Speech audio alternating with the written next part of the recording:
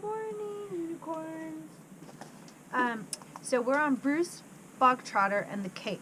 Now, I realize I've probably reread a couple of these chapters, but that's okay. It's good review, right? So here we go. How can she get away with it? Lavender said to Matilda. Surely the children go home and tell their mothers and fathers. I know my mother would raise a terrific stink if I told him the head mistress had grabbed me by the hair and slung me over the playground fence. No, he wouldn't, Matilda said, and I'll tell you why. He simply wouldn't believe you. Of course he would. He wouldn't, Matilda, and the reason is obvious. Your story would sound too ridiculous to be believed, and that is the Trunchbull's secret weapon. What is it? Lavender asked. Matilda said. Never do anything by halves if you want to go away with it. Be outrageous. Go the whole hog. Make sure everything you do is so completely crazy it's unbelievable. No parent is going to believe this pigtail story, not in a million years. Mine wouldn't. They'd call me a liar. In that case, Lavender said, Amanda's mother isn't going to cut her pigtails off. No, she isn't, Matilda said. Amanda will do it herself. You see, if she doesn't... Do you think she's mad? Lavender asked. Who? The Trunchbull. No, I don't think she's mad, Matilda said, but she's very dangerous. Being in this school is like being in a cage with a cobra. You have to be very fast on your feet. They got another example of how dangerous the headmistress could be on the very next day. During lunch, an announcement was made that the whole school should go into the assembly hall and be seated as soon as the meal was over. When all the 250 or so boys and girls were settled down in the assembly and the Trunchbull marched to the platform, none of the other teachers came in with her. She was carrying a riding crop in her right hand. She stood there at center stage in her green breeches, with legs apart, riding crop in hand, glaring at the sea of unturned faces before her. That's glaring. I don't know. What's going to happen? What's going to happen? Lavender whispered. I don't know, Matilda whispered back. The whole school waited for what was coming next. Bruce Bogtrotter, the Trunchbull barked suddenly. Where is Bruce Bogtrotter? A hand shot up in the seated children. Come up here, the Trunchbull shouted, and look smart about it. That means be quick. Come, quickly. An 11-year-old who was decidedly large and round stood up and walked briskly toward her. He looked up. He cleaned the platform. Stand over there, the Trunchbull ordered, pointing. The boy stood to one side. He looked nervous. He knew very well he wasn't up there to be presented with a prize. He was watching the headmistress with an exceedingly wary eye, and kept edging farther and farther away with her with shuffles of his feet, rather as a rat might be edging towards a terrier that's watching it across from the room. His plump, flabby face had turned gray with fearful apprehension. His stockings hung about his ankles. This clot, boomed the headmistress, pointing the riding crop at him like this, is a blackhead. He's a fowl, a concabuncle. He's a pustule. That you see before you is none other than a disgusting criminal. An underworld, a member of the mafia. Who, me? Bruce Bogtrotter said, looking genuinely puzzled. A thief? A thief, the Trunchbull screamed. A crook, a pirate, a brigade, a rustler. Steady on, the boy said. I mean, dash it all, headmistress. Do you deny it? You miserable little gumboil. Do you plead not guilty?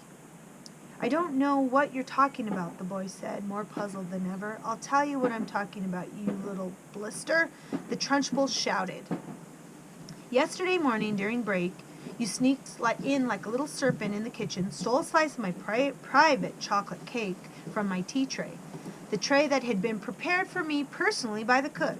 It was my morning snack. As for the cake, it was my own private stock. That was not the boy's cake.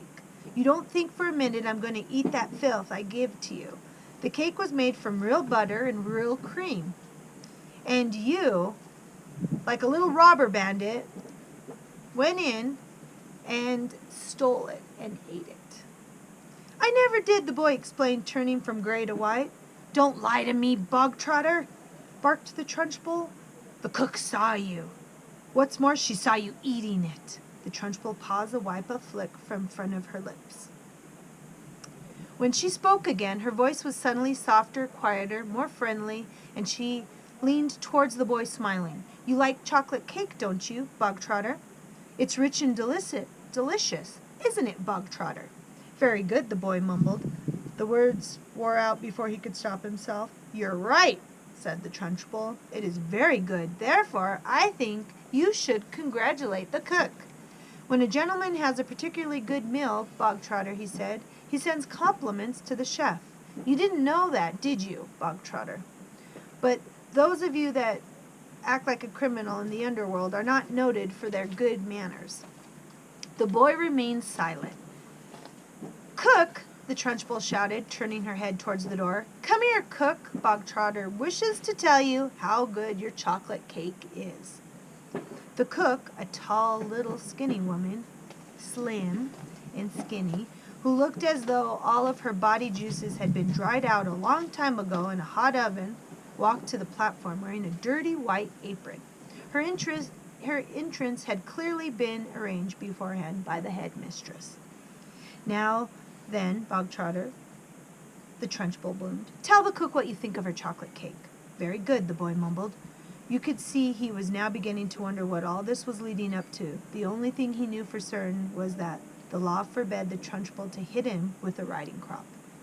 And she kept smacking it against her thighs. That's the little stick flicky thing that horse riders use to get the horse's attention. That was some comfort, but not much, because the Trunchbull was totally unpredictable. One never knew what she was going to do next. "There you go, cook," the Trunchbull cried. "Bogtrotter likes your cake. He adores your cake. Do you have any more of your cake you could give him?" "I do indeed," the cook said. She seemed to have learnt her lines by heart. "Then go and get it and bring a knife to cut it with." The cook disappeared. Almost at once she was back again, staggering under the weight of an enormous round chocolate cake on a china platter. The cake was fully 18 inches in diameter, and it was covered with dark brown chocolate icing. "Put it on the table," the Trunchbull said. There was a small center stage with a chair behind it. The cook placed the cake on the table. "Sit down, Bogtrotter. Sit right there," the Trunchbull said. The boy moved cautiously to the table, sat down. He stared at the gigantic, what's another word for gigantic? Enormous cake. "There you are, Bogtrotter," the Trunchbull said at once, as her voice had a soft, persuasive, even gentle. "It's all for you, every bit of it. As you enjoyed that slice you had yesterday so much, I ordered cook to bake you an extra large one just for you to have." "Well, thank you," the boy said, totally amused. "Thank cook, not me," Trunchbull said. "Thank you, cook," the boy said. The cook stood there disapproving this whole interaction. She looked as though her mouth was full of lemon juice. So it's like this. "Come on then," the Trunchbull said. "Why don't you cut yourself a nice thick slice and try it?" "What now?" the boy said cautiously. He knew that there was a catch in it somewhere, but he wasn't sure where. "Can't I take it home instead?" he asked. "That would be impolite," the Trunchbull said with a crafty grin. "You must show Cookie here how grateful you are for the trouble she's taken." The boy didn't move. "Go on. Get on with it," the Trunchbull said. "Cut a slice, taste it. We haven't got all day." The boy picked up the knife and was about to cut into the cake. Then he stopped. He stared at the cake. Then he looked up at the Trunchbull. Then at the tall, stringy cook with her lemon juice mouth. All the children in the hall were watching, intensely, waiting for something to happen. They felt certain it must. The Trunchbull was not a person who would give someone a whole chocolate cake to eat just out of kindness. Many were guessing that it had been filled with pepper or castor oil or some foul-tasting substance that would make the boy violently sick. It might even be arsenic, and it would make him dead in 10 seconds flat. Or perhaps it was a booby-trapped cake, and the whole thing would blow up in a moment he cut into the cake.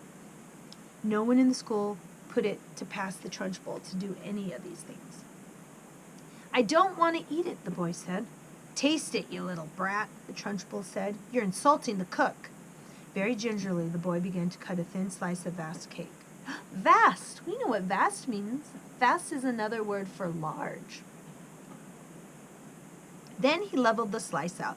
Then he put down the knife and took the sticky thing in his fingers and started very slowly to eat it. It's good, isn't it? The Trunchbull asked. Very good, the boy said, chewing and swallowing. He finished the slice. Have another, the Trunchbull said. That's enough, thank you, the boy murmured. I said, have another, the Trunchbull said, and now there was an altogether sharper edge to her voice. Eat another slice. Do as you're told. I don't want another slice, the boy said. Suddenly the Trunchbull exploded. Eat, she shouted, banging her thigh with the riding crop. I tell you to eat, you will eat. You wanted cake, you stole the cake, and now you've got cake. What more are you going to eat it? You do not leave this platform, and nobody leaves this hall until you've eaten the entire cake that's sitting in front of you. Do I make myself clear, Bogtrotter? Do you get my meaning? The boy looked at the Trunchbull. Then he looked down at the enormous cake. Eat, eat, eat, the Trunchbull was yelling. Very slowly, the boy cut himself another slice and began to eat it. Matilda was fascinated. Do you think he can do it? She whispered to Lavender. No, Lavender whispered back. It's impossible. He'd be sick before he was halfway through. The boy kept going. When he had finished the second slice, he looked at the Trunchbull, hesitating. Eat, she shouted. Greedy little thieves who like to eat cake must have cake. Eat faster, boy, eat faster.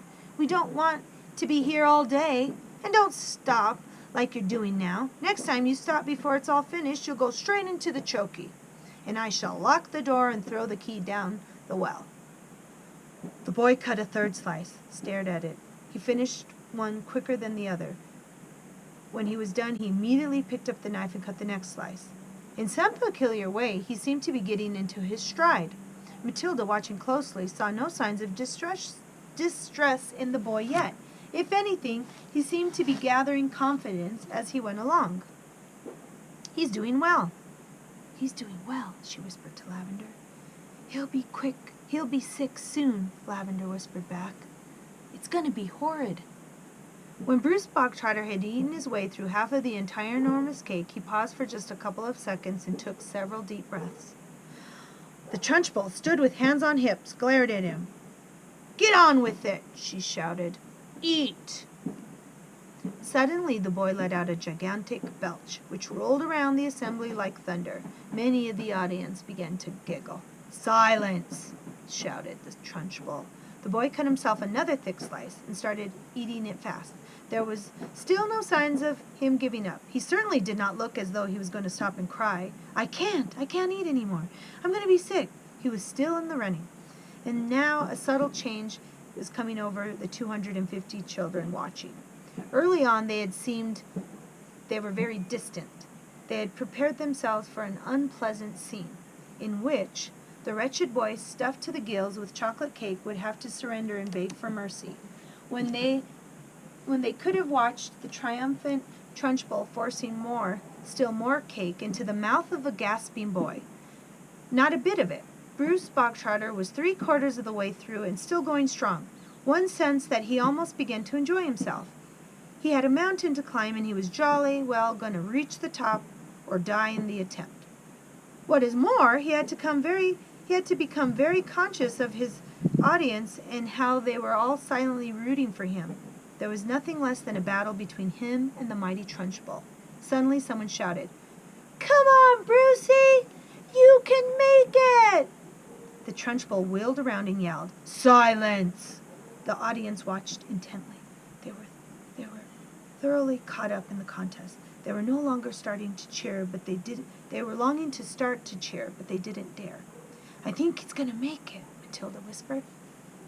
I think so too, Lavender whispered back. I couldn't have believed anyone in the world could eat the whole size of the cake. The Trunchbull doesn't believe in it either. Matilda whispered, Look at her. She's turning redder and redder. She's going to kill him if he wins. The boy was slowing down. There was no doubt about it, but he kept pushing the stuff into his mouth with the perseverance of a long-distance runner who had sighted the finish line and knows he must keep going. At at his very last mouthful disappeared. A tremendous cheer rose from the audience, and children were leaping on their chairs, yelling, clapping, shouting. "Well done, Brucey! Good for you! You've won a golden medal, Brucey!" The Trunchbull stood motionless. Ooh, this is the last page. The Trunchbull stood motionless on the platform. Her great horsey face had turned the color of molten lava, and her eyes were glittered with fury. She glared at Bruce Bogtrotter, who was sitting on his chair like some huge, overstuffed grub, unable to move or to speak. A fine sweat was beading on his forehead. There was a grin of triumph on his face. Suddenly, the Trunchbull lunged forward, grabbed the large, empty china platter which the cake had rested, raised it high in the air, brought it down, crash, right on the top of the poor Bruce Bogtrotter's head. The pieces flew all over the platform. The boy, by now, was so full of cake, he was like a sack full of wet cement, and you couldn't have hurt him with a sledgehammer. He simply shook his head a few times, went on grinning. "Go to blazes!" screamed the Trunchbull as she marched off the platform, followed closely by the cook. All right, stay tuned for next chapter. Bye.